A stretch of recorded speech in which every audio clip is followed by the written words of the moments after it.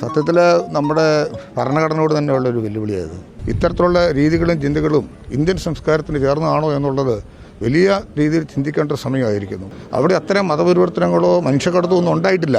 ഇതൊക്കെ വ്യക്തമായി ബോധ്യപ്പെട്ടിട്ട് പോലും ഇത്തരത്തിലുള്ള സംഭവങ്ങൾ അരങ്ങേറുന്നത് വളരെ ബുദ്ധിമുട്ടേറിയ ഒരു സാഹചര്യമാണ്.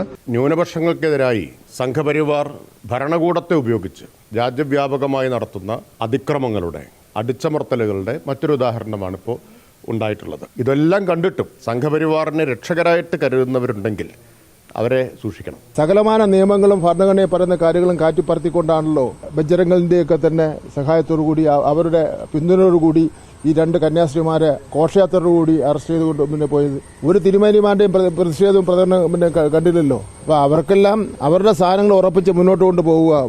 ബാക്കി പാവപ്പെട്ട ക്രിസ്ത്യാനികളും പിന്നെ ഒക്കെ തന്നെ അനുഭവിക്കട്ടെ എന്നുള്ള നിലയിലായിരിക്കും അവർ എടുത്തിട്ടുള്ളത്. വളരെ തെറ്റായ രൂപത്തിലാണ് നമ്മുടെ ഭരണ സംവിധാനം രാജ്യത്ത് പ്രവർത്തിച്ചുകൊണ്ടിരിക്കുന്നത്.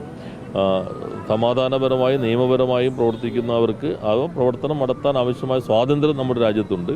അത്തരം ഘട്ടങ്ങളിൽ ഇത്തരത്തിൽ നടപടികൾ അങ്ങേയറ്റം പ്രതിഷേധാർഹമാണ്. എത്രയും പെട്ടെന്ന് തന്നെ അവർ വിട്ടയക്കാൻ ആവശ്യമായ നടപടി സ്വീകരിക്കേണ്ടതുണ്ട്.